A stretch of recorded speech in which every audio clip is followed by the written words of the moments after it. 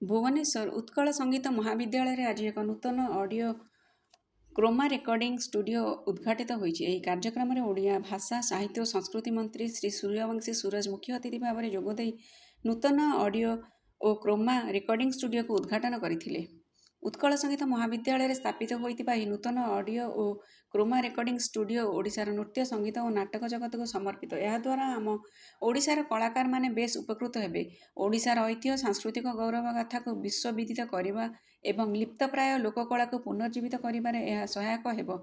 आगामी दिन में नूतन क्रोमा और ऑडियो रेकर्डिंग स्टूडियो व्यवहार को नहीं संस्कृति विभाग तरफ एक एसओपी जारी करा जिवो। सरकारी कार्यक्रम गुड़िकर रेकर्डिंग करा जिबा सहित घरोई संस्था माने मध्य यहाको व्यवहार करिपारिबे। एही स्टूडियो रे रहउतबा अत्याधुनिक व्यवस्था ओडिशार लोककला और संस्कृतिर बहुल प्रचार और प्रसार करने सहित जनसाधारण व्यवहार आसब बोली कहिसेंति संस्कृति मंत्री श्री सूर्यवंशी सूरज।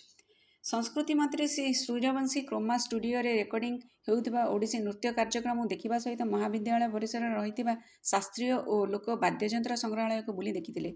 एथि सहित ओडिशार साहित्य संगीत नृत्य और लोककलार समृद्धि निमंते कार्य करबाकू उत्कल संगीत महाविद्यालय छात्र छात्री मानकू प्रेरित करथिले।